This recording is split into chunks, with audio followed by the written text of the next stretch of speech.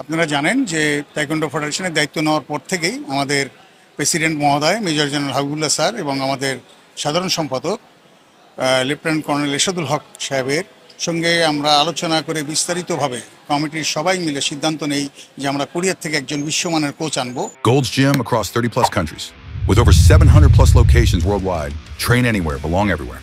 আমাদের জাতীয় দলের ক্যাম্প অলরেডি প্রশিক্ষণ চলছে বিকেএসপিতে, সেখানে উনি দায়িত্বপ্রাপ্ত হবেন।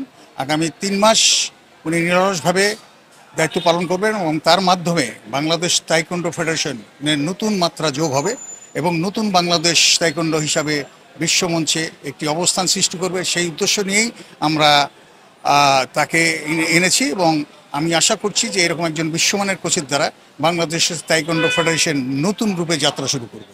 আমরা প্রাথমিকভাবে 3 থেকে 4 মাস, তারপরে আমরা আমাদের পরবর্তী আমাদের এশিয়ান গেমস আছে, আমাদের যে আন্তর্জাতিক ম্যাচগুলো আছে, ওনার পারফরমেন্স এবং ওনার রেজাল্টের উপরেই আমরা ভবিষ্যতে ওনার চুক্তি হয়তো বা আরও বেড়াতে পারি।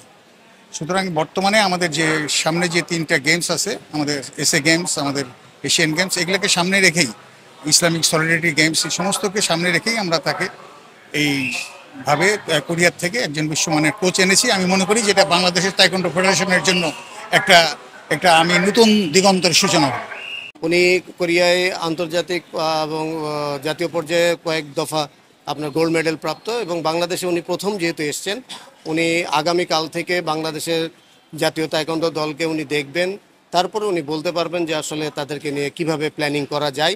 তবে উনি আশাবাদী, ওনার যে বিগত দিনের যে এক্সপিরিয়েন্স, সেই এক্সপিরিয়েন্সটাকে উনি বাংলাদেশ জাতীয় দলের জন্য কাজ করবেন এবং সোনা জেতার জন্য উনি সর্বাত্মক ভূমিকা পালন করবেন।